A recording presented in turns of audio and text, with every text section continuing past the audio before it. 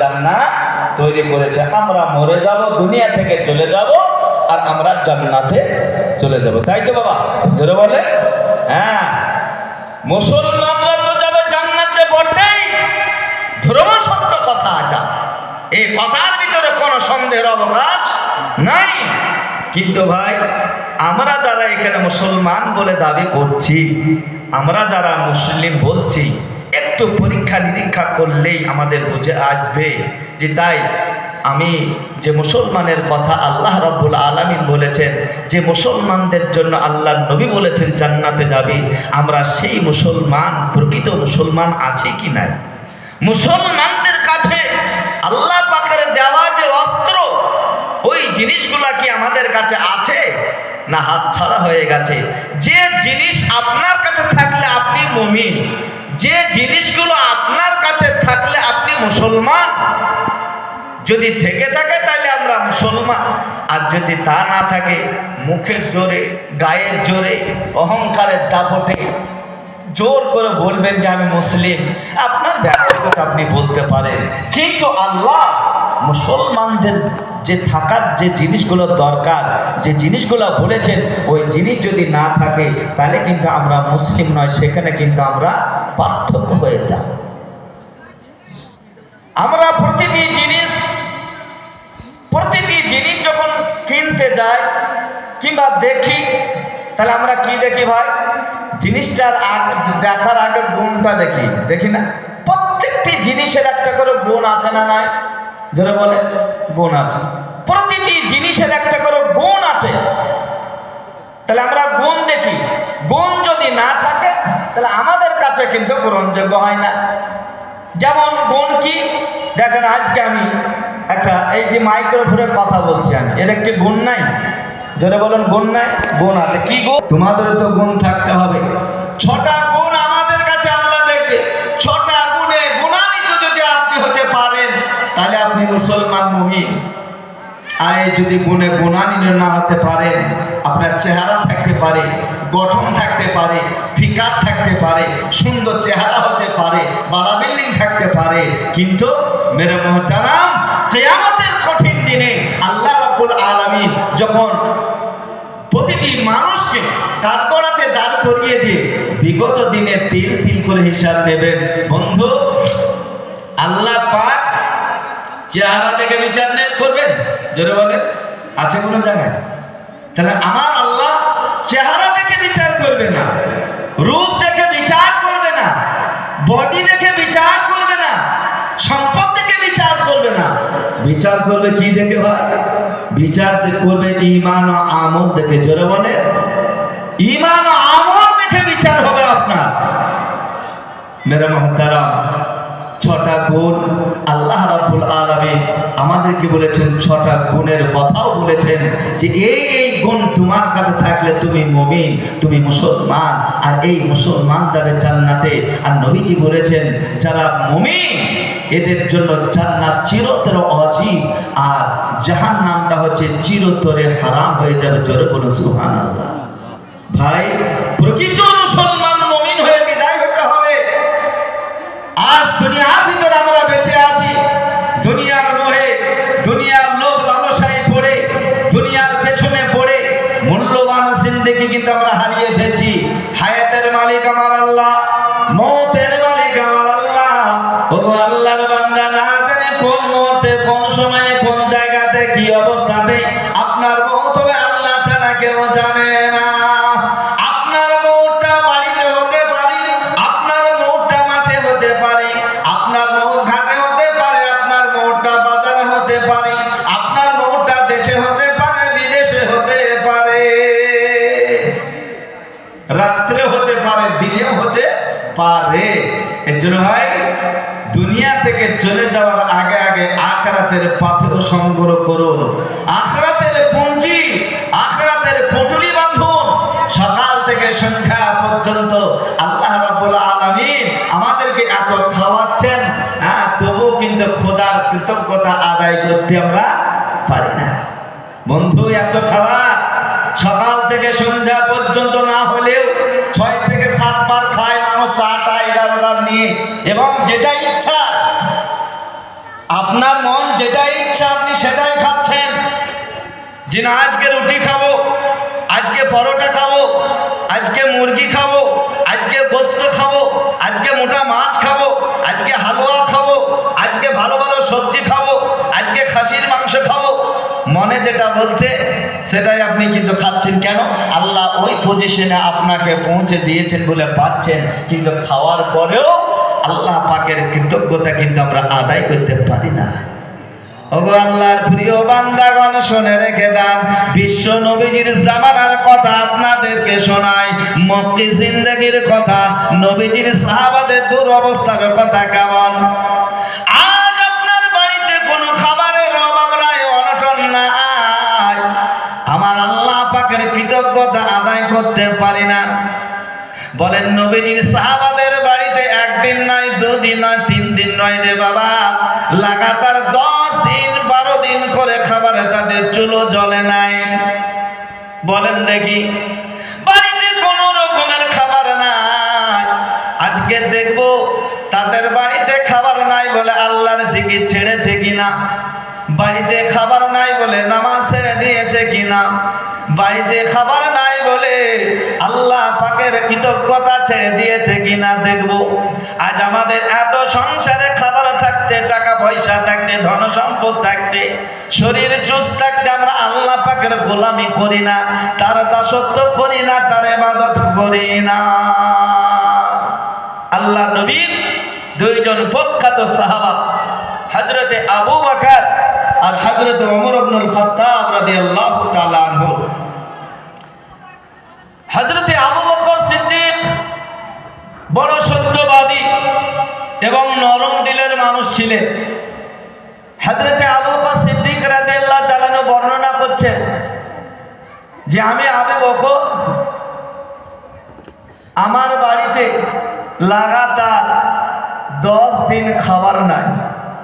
আমি আবু বকরকে এত খিদে লেগেছে, এত খিদে লেগেছে, খিদের চোটে আর বাড়িতে মন বসে না, এত খিদে লেগেছে।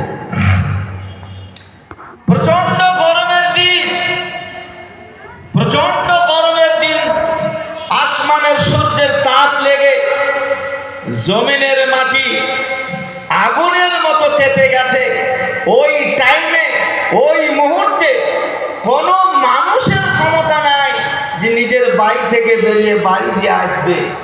কিন্তু আবু বকর বলছে আমার বাড়িতে কয়েকদিন ধরে খাবার নাই, এত খিদে লেগেছে, খিদের চোটে বাড়িতে মন বসে না, কি করব? বললেন না, বাড়িতে থেকেই বা কি করব? আল্লাহর ঘরের দিকে যাই, মসজিদের দিকে যাই, যদি কোনো আল্লাহর বান্দা মিলে যায় আর আবু বকরকে নিয়ে একটু যদি মেহমানদারি করায়। হযরতে আবু বকর রাদিয়াল্লাহু তাআলা আনহু বলেন, আমি আবু বকর, আমার বাড়িতে লাগাতার কয়েকদিন ধরে খাবার নাই, আমাকে এত খিদে লেগেছে, এত খিদে লেগেছে, খিদের চোটে আর বাড়িতে মন বসে নাই। প্রচন্ড গরমের দিন, সূর্যের তাপ লেগে জমিনের মাটি আগুনের মতো তেতে গেছে, এত গরম, এত গরম, ওই গরমে কোনো মানুষ তার বাড়ি থেকে বেরোতে পারে না। কিন্তু আবু বকর বলছে আমার মন মানে না, এত খিদে লেগেছে, বাড়িতে আর মন বসে না। যেহেতু একদিন নয়, 2 দিন নয় রে বাবা, কয়েকদিন ধরে পেটে খাবার নাই। তিনি বলছেন না না, বাড়িতে থেকে কোনো লাভ নাই, যাই খোদার ঘরের দিকে যায়, আল্লাহর ঘরের দিকে গিয়ে দেখি যদি কোনো আল্লাহর বান্দা মিলে যায় আর আমার মতো আবু বকরকে নিয়ে যদি একটু মেহমানদারি করায়। এই নিয়তে তিনি বাড়ি থেকে বেরিয়ে পড়লেন। হযরত আবু বকর রাদিয়াল্লাহু তাআলা আনহু অত্যন্ত গরমের টাইমে, গরমের সময় আল্লাহর ঘর তিনি মসজিদে ঢুকলেন। এই মসজিদে তিনি যখন ঢুকছেন রে বাবা, দেখছেন আরেকজন সাহাবা মসজিদের বারান্দায় তিনি বসে আছেন, নাম তার হযরতে ওমর ইবনুল খাত্তাব রাদিয়াল্লাহু তাআলা আনহু। মসজিদের বারান্দায় তিনি বসে আছেন। আবু বকর রাদিয়াল্লাহু তাআলা ঢোকা মাত্র হযরতে ওমর ইবনুল খাত্তাব রাদিয়াল্লাহু তাআলা আনহু বলেন, ও ভাই আবু বকর,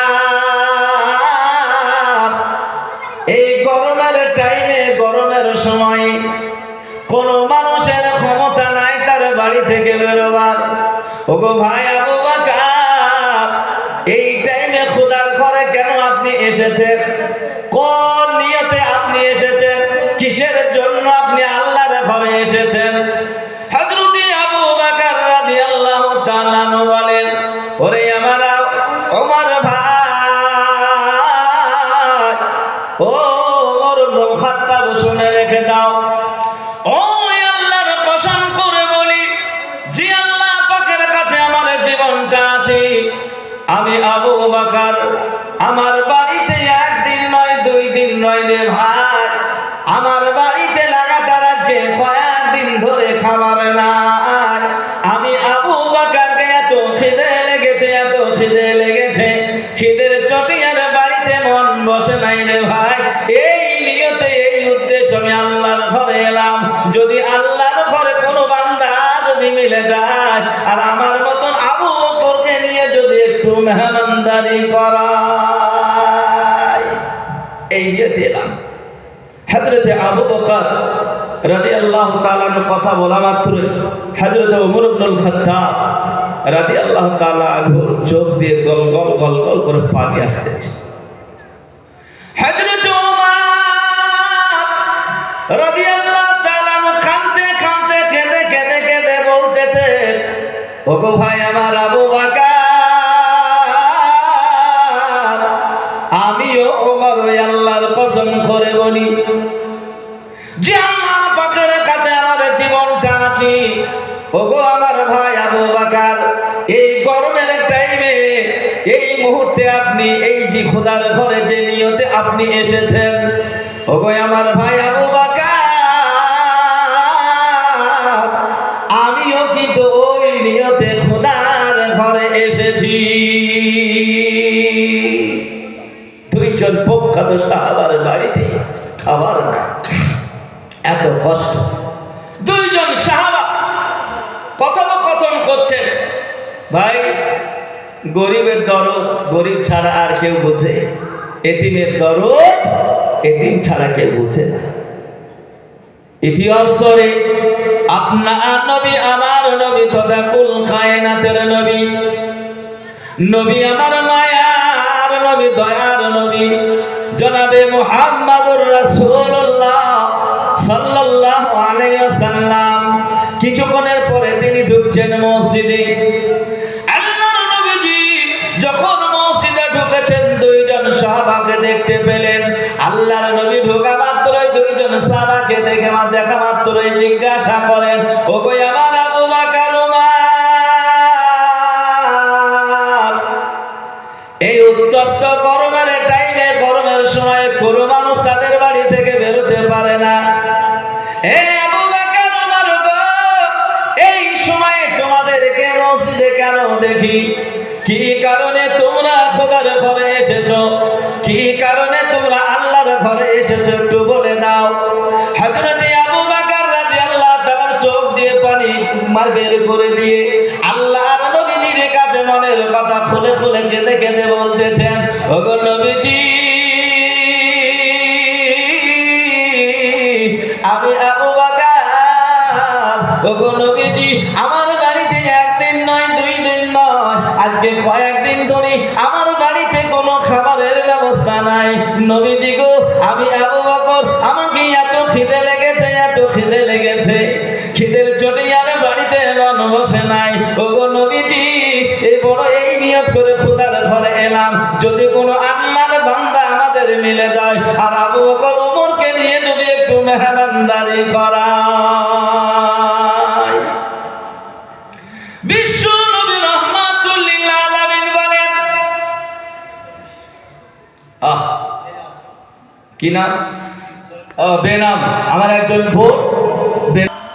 আমি আল্লাহর নবী মুহাম্মদুর রাসূলুল্লাহ সাল্লাল্লাহু আলাইহি সাল্লাম, ওই আল্লাহর কসম করে বলি, যে আল্লাহ পাকের কাছে আমার জীবনটা আছে, আবু বকর ওমর গো, এই উত্তপ্ত গরমের টাইমে তোমরা যে উদ্দেশ্যে যে নিয়তে খোদার ঘরে এসেছো, আমি আল্লাহর নবী মুহাম্মদুর রাসূলুল্লাহ ওই নিয়তে আল্লাহর ঘরে এসেছি। রাহমাতুল লিল আলামিন, ইহ জগতের বাদশা, পর জগতের বাদশা। পেটে খিদে, আল্লাহর নবী মসজিদে এসেছেন, কিন্তু বিশ্ব নবীর আদর্শ কেমন গো? আমার নবীজির আদর্শ কত সুন্দর দেখেন।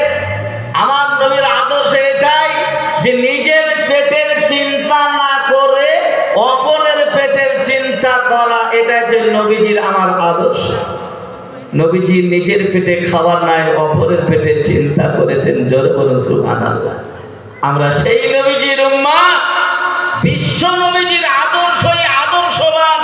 যদি আপনি এবং আমি যদি না হতে পারি, কসম খোদার করে বলি, কশ্চিন কালেও আখিরাতের মেলপুঞ্জি আপনার কাছে আসতে পারে না, পারে না, পারে না। বিশ্ব নবীজির আদর্শ আপনার কাছে থাকবে না, আপনি আনবেন না। আর আখিরাতের মূলপুঞ্জি হচ্ছে ঈমান ও আমল। আশা করেন কিভাবে? আমাদের কাছে আসতে পারে না। এই জন্য সকলেই নিয়ত করুন যে আমরা নবীজির আদর্শই আদর্শবান হব ইনশাআল্লাহ। আমাদের বাস্তব জীবনে আমরা রূপ দেব বিশ্ব নবীজির তরিকা, মহান স্রষ্টার হুকুম ও আহকাম, তার বিধিবিধানকে, তার আইন ও কানুনকে আমাদের বাস্তব জীবনকে ফিট করব। আর সুন্দরভাবে আমাদের এই জীবনগুলোকে আমরা পরিচালনা করলেই ভাই, মরে গেলেই মরতে দেরি আছে ভাই, জান্নাতে যেতে দেরি নাই। জি, আল্লাহ রাব্বুল আলামিন আমাদেরকে ঈমান ও আমলের সাথে চলার তৌফিক দান করুন। বলুন আল্লাহুম্মা আমিন। বিশ্ব নবী রাহমাতুল লিল আলামিন দুইজন সাহাবাকে বললেন, ওগো আমার আবু বকর ওমর, চলো চলো আমার একজন সাহাবার বাড়ি যাই, একটু মেহমানদারি করে আসি। কোন সাহাবা গো? হযরতে আবু আইয়ুব আনসারী রাদিয়াল্লাহু তাআলা আনহুর বাড়ি। বিশ্ব নবী এবং আবু বকর ওমর আল্লাহর নবীর সাহাবার বাড়ি তিনারা যাচ্ছেন। হযরতে আবু আইয়ুব আনসারী রাদিয়াল্লাহু তাআলা আনহুর বাড়িতে যাচ্ছেন। পৌঁছে গেলেন তার দরজাতে তিনি আঘাত করলেন। বাড়ি থেকে তিনার বিবি বেরিয়ে এসেছেন। জিজ্ঞাসা করলেন, আমার আবু আইয়ুব নাই নাকি? বলে না না, বাজারে গেছে, এখনই আসবে। কিংবা বাড়ির কাছে একটা জমি আছে, সেই জমিতে তিনি চাষ করতেছেন। আল্লাহর নবীর সঙ্গে যখন কথোপকথন হয়, এত কাছের জমি, এত কাছে মানে কি বাগান। হযরতে আবু আইয়ুব আনসারী রাদিয়াল্লাহু তাআলা আনহু কথাটা কানে পৌঁছে গেছে, নবীজির কণ্ঠস্বর তিনার কানে পৌঁছে গেছে। কাজ ছেড়ে দিয়ে তিনি তাড়াতাড়ি কিন্তু নবীজির কাছে হাজির হয়ে গেলেন। বিশ্ব নবীর কাছে যখন হাজির হয়ে গেলেন, আল্লাহর নবীকে দেখে তিনি আনন্দে আটখানা হয়ে গেলেন। নবীজি গো, আইয়ুব আনসারী নবীজিকে এত মহব্বত করতেন, এত ভালোবাসতেন, আর মনে মনে নিয়ত করতেন, নবীজি যদি আমার বাড়িতে একদিন আসেন, আমি উত্তম ভাবে মেহমানদারি করাবো। আজকে সেই নবীজিকে পেয়ে গেছেন আইয়ুব আনসারী। এত আনন্দিত, এত আনন্দিত, নবীজিকে ঘরের ভিতরে নিয়ে গেলেন। দুইজন সাহাবাকে ঘরের ভিতরে নিয়ে গেলেন, সুন্দরভাবে বসতে দিলেন। রে বাবা, হযরতে আবু আইয়ুব আনসারী তিনার একটা লম্বা বাগান ছিল, খাজুরের বাগান।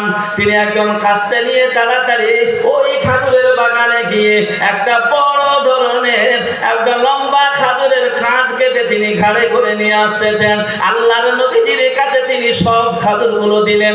আল্লাহর নবীজি বলছেন, ওগো আমার আবু আইয়ুব, এত বড় খাজুরের খাঁজ কেনে তুমি কাটলে, তোমার নবীজির জন্য তো তুমি কয়েকটা শুকনো খাজুর আনলেই তো হতো।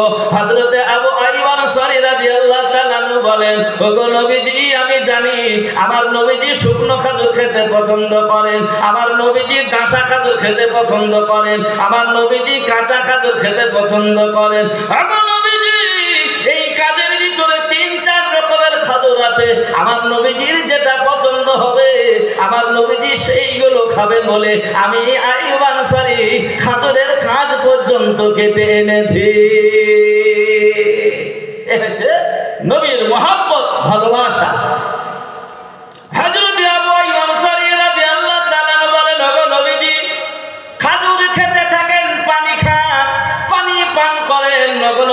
আপনার জন্য আমি উত্তম মেহমানদারি করাবো, আপনার জন্য একটা ছাগল জবাই করব। আল্লাহর নবীজি বলছেন, আইয়ুব গো, ছাগল তুমি কি জবাই করবে? জি হ্যাঁ, ছাগল জবাই করব। আল্লাহর নবী বলছেন, আইয়ুব গো, ওই ছাগলটা খবরদার জবাই করো না যে ছাগলটা দুগ্ধ দান করে, যে ছাগলটা দুধ দেয়, যে ছাগলটা দুগ্ধ দেয় হয়তো তার বাচ্চা আছে, কষ্ট পাবে, এই ধরনের ছাগল যেন তোমার নবীজির জন্য তুমি জবাই করবে না। আমার নবীজির কত সুন্দর আদর্শ, অপরকে কষ্ট দিতে চাই না।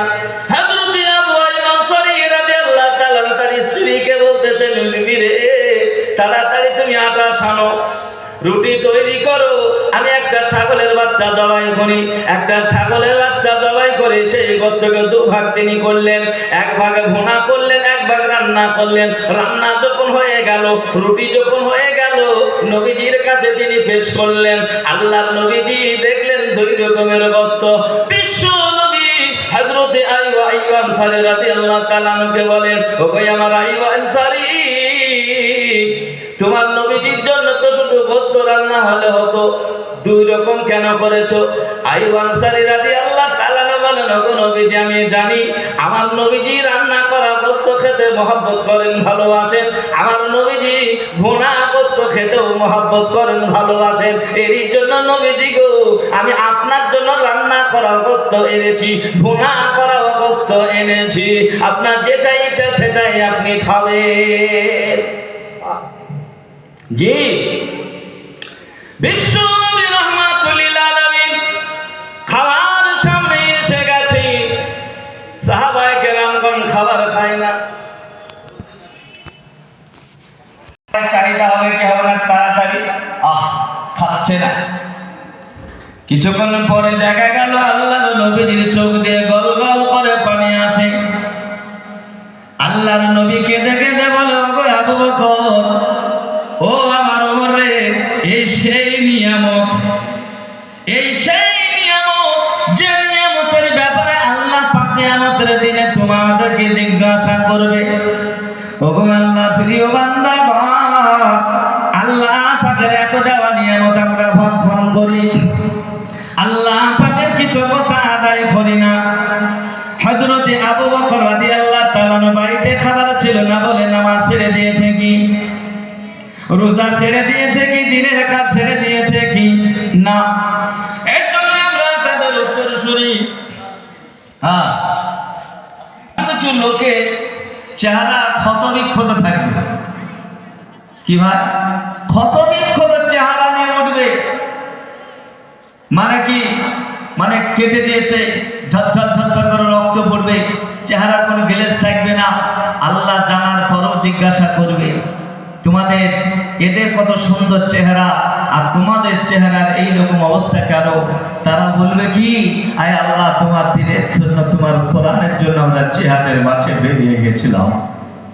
তোমার দুশমনেরা আজকে আমাদের শরীরের মধ্যে আজকে এরকম অবস্থা করে দিয়েছে। তারা আল্লাহ জানার পরেও জিজ্ঞাসা করবে, ভাই, কিয়ামতের দিনের চেহারা থেকে বিচার হবে না, রূপ থেকে বিচার হবে না, চেহারা দেখে আমাদের বিচার হবে না। আর আপনার যদি চেহারা খারাপ হয়, হৃদয়ের ভিতরে যদি রবের যদি মহব্বত, বিশ্ব নবীর মহব্বত, ভালোবাসা যদি আপনার অন্তরে থাকে, চাই আপনি যদি কালো হন, বেঠে যদি হন, তবুও কিন্তু পৃথিবীর কোনো মানুষের কাছে আপনার মান না থাকতে পারে, সম্মান না থাকতে পারে, কিন্তু রবের কাছে আপনার মান প্রচুর, বড় প্রচুর, কদর প্রচুর। আল্লাহ নবীজির আরেকজন সাহাবার কথা শোনায়, কালো কুৎসিত চেহারা, চেহারার কোনো গ্লেজ নাই। হযরতে নামটা হচ্ছে হযরতে জুলাইবিব রাদিয়াল্লাহু তাআলা আনহু। এত কালো, ঘোর অন্ধকার, চেহারার ভিতরে কোনো গ্লেজ নাই, ফিকার নাই, সেরকম দেখতে ভালো নাই, নাকটা মোটা, ঠোঁটগুলো মোটা, আর দাঁতগুলো মোটা, এত কালো, তাকে গ্রামের মানুষ কেউ ভালোবাসতো না, কেউ কিছুতে ডাকতো না, কেউ, সবাই ঘৃণা করতো। কিন্তু এই জুলাইবিবের আল্লাহ পাকের কাছে কত বড় ইজ্জত হয়েছে, কত বড় তার নাম, নবীজির কাছে কত বড় তার ইজ্জত, জানে? হযরতে জুলাইবি রাদিয়াল্লাহু তাআলা দিনের জন্য কথা বলছি ভাই, দিনের জন্য কত ত্যাগ ও তিতিক্ষা দিয়েছেন, একটু শুনে নেন। আমরা তাদেরই উত্তরসূরি। আজ আমাদের মন মানসিকতা এরকম কেন হয়? আমাদের কাছে নজির থাকতেও আমরা সেরকম হতে পারি না। হযরতে জুলাইবি রাদিয়াল্লাহু তাআলা আনহু বিয়ের বয়স যখন হয়ে গেছে রে বাবা, বিয়ের বয়স যখন হয়ে গেছে,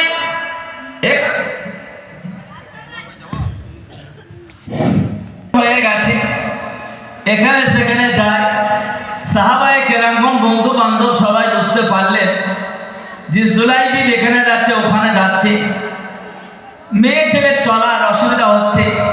তো জুলাইবিকে না বলে সাহাবায়ে কেরামগণ তার বন্ধুরা আল্লাহ রাসূল সাল্লাল্লাহু আলাইহি সাল্লামকে এই কথাটা পৌঁছে দিলেন যে গো নবীজি, জুলাইবিকে আপনি একবার ডাকুন আর জুলাইবিকে বিয়ে করে নিতে বলেন।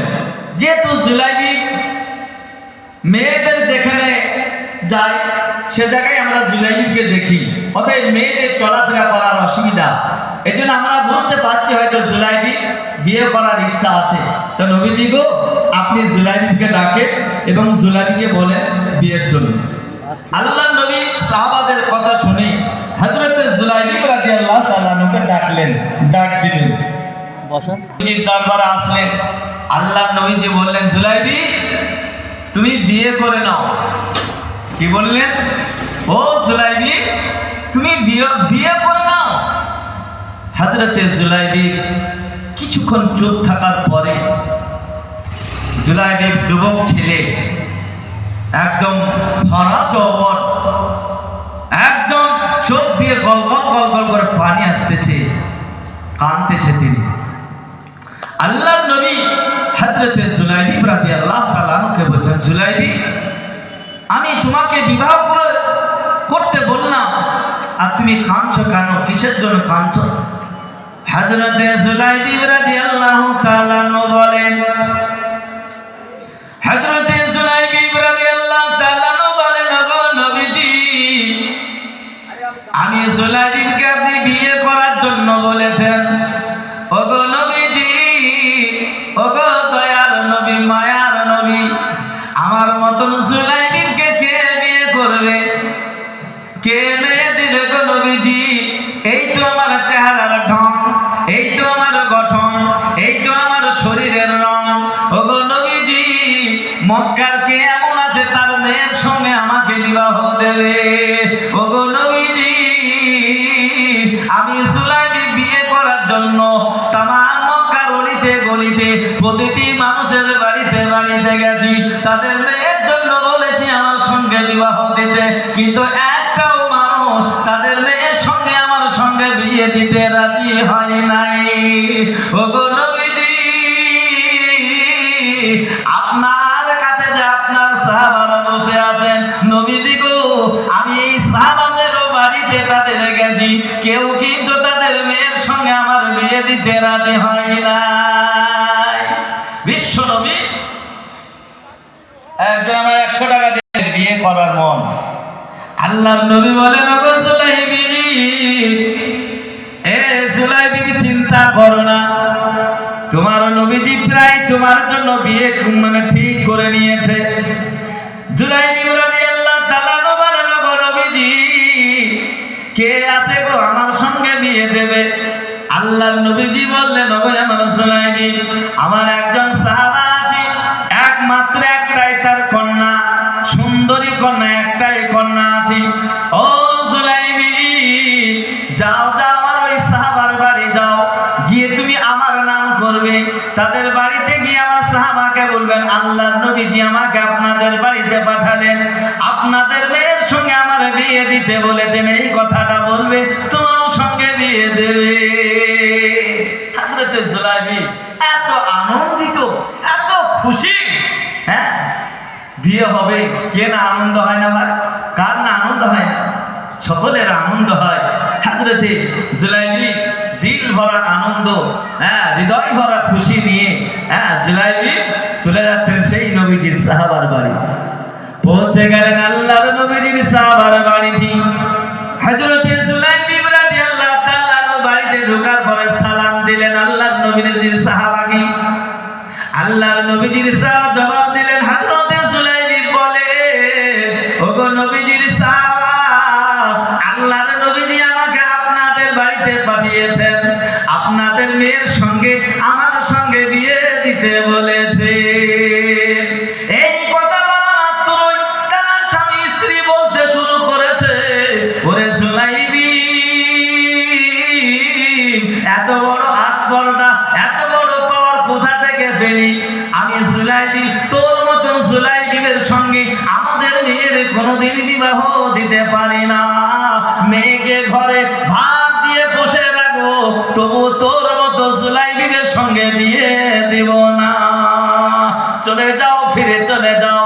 বাড়ি থেকে যখন বের করে দিয়েছে রে বাবা, বুক ভরা ব্যথা নিয়ে হযরতে সুলাইবি যখন বেরিয়ে পড়েছেন, যে মেয়েটার ব্যাপারে কথা বলেছেন সুলাইবি, যখন কথা বলেছেন, ওই মেয়েটা কিন্তু সুলাইবির কথাগুলো সব শুনেছেন।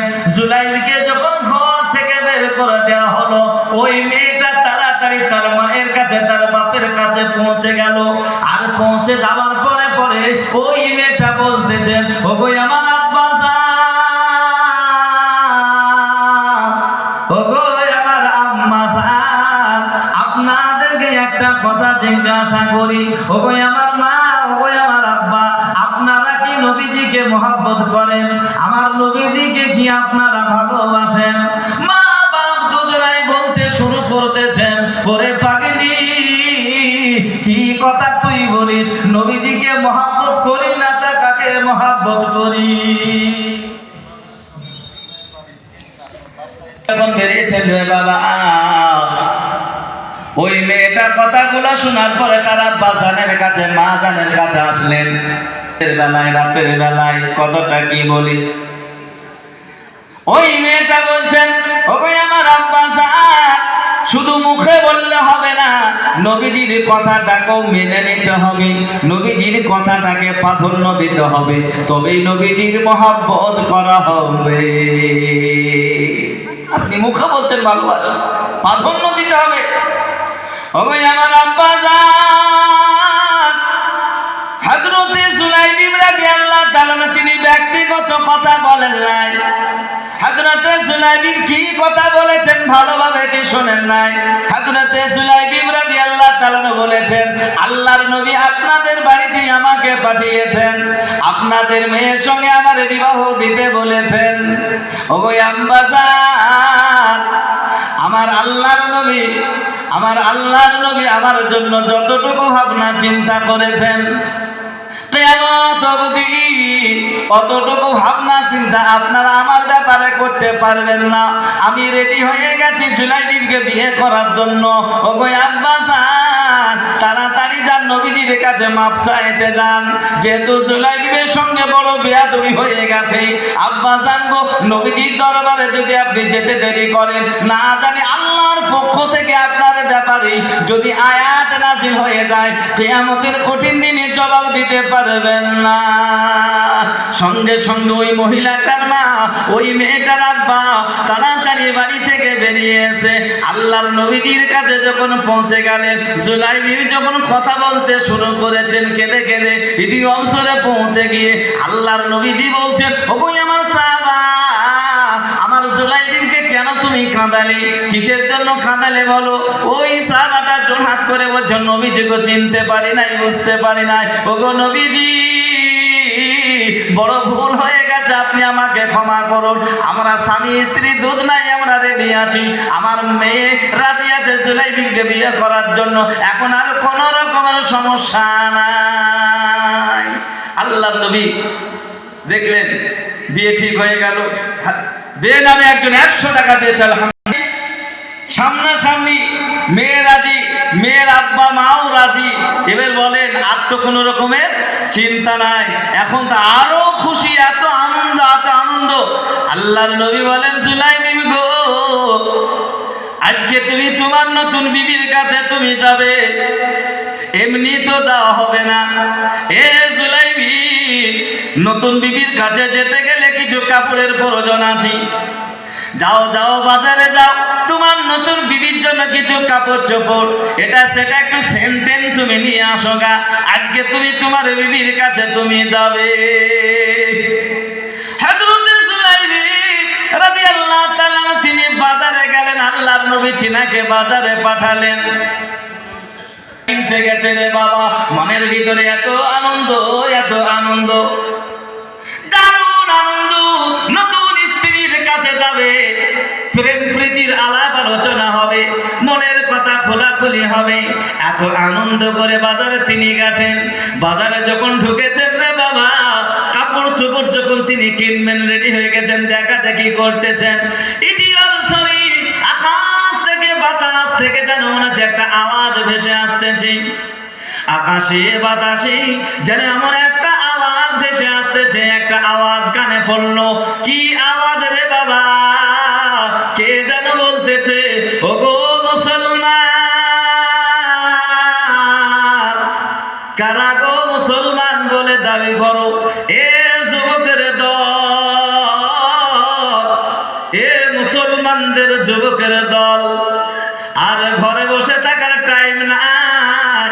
ওগো মুসলমান যুবক, আল্লাহর কোরআনের জন্য যদি তুমি জীবন দিতে পারো, জিহাদের মাঠে যদি যেতে পারো, আল্লাহ তোমাকে কোরআন বাজানোর দৌলতে আল্লাহ তোমাকে জান্নাত দেবে। এই কথাটা শোনার পরে, এই কথাটা শোনার পরে হযরতে সুলাইবি রাদিয়াল্লাহু তাআলা এই মুখ দিয়ে শব্দ করলেন, বাহ বাহ, কতই না সুন্দর কথা গো। মানে নিজের জীবন যদি দিয়ে দিই, কোরআনের জন্য জীবন দিলে আল্লাহ জান্নাত দেবে, দ্বীনের জন্য জীবন দিলে আল্লাহ কিয়ামতের দিনে জান্নাত দেবে। কতই সুন্দর কথা। হযরতে সুলাইবি ওই জান্নাতের নবী আল্লাহর প্রেমে পড়ে, নবীজির প্রেমে পড়ে, আর নতুন বিবির পোশাক তিনি কিনলেন না, সাত পোশাক তিনি করলেন না, করলেন কি?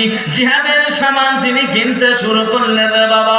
জিহাদের মাঠে যাবে, জিহাদের সামান যখন তিনি কিনলেন, জিহাদের সামান কিনে তিনি ওই জিহাদের মাঠে উপস্থিত হয়ে গেলেন। কোন সাহাবা জানে না, প্রতিটি সাহাবা জানে হযরতে সুলাইবিকে আমার নবীজি বাজারে পাঠিয়েছে। প্রতিটি সাহাবা জানে যে আল্লাহর নবী হযরতে সুলাইবিকে বাজারে পাঠিয়েছেন, কোন সাহাবী জানে না যে জিহাদের মাঠে আছে। হযরতে সুলাইবি জিহাদের সামান কিনে জিহাদ হয়ে গেল, আল্লাহর ধ্বনি বেজে উঠেছে, কাফের বেঈমানদের হৃদয়গুলো কেঁপে উঠেছে, ময়দান ছেড়ে তারা পালাতে শুরু করেছে, জিহাদটা সমাপ্ত হয়ে গেল। আল্লাহর নবীর সাহাবারা জিহাদের মাঠ থেকে যখন ফিরে আসতেছেন, এই জিহাদের মাঠ থেকে যখন ফিরে আসতেছেন, দেখছেন সামনে, দেখছেন 11 জনের লাশ, 11 জনের লাশ পড়ে আছে। ওই লাশের ভিতরে হযরতে সুলাইবি রাদিয়াল্লাহু তাআলা লাশটা পড়ে আছে। সাহাবায়ে কেরামগণ চিনতে পেরেছেন, এই চিনতে পারা মাত্রই প্রতিটি সাহাবার কান্নার রোল ছড়িয়ে গেছে, চোখের পানি ছেড়ে ছেড়ে দিয়ে সাহাবায়ে কেরামগণ কাঁদছেন, বলে সুলাইবি রে,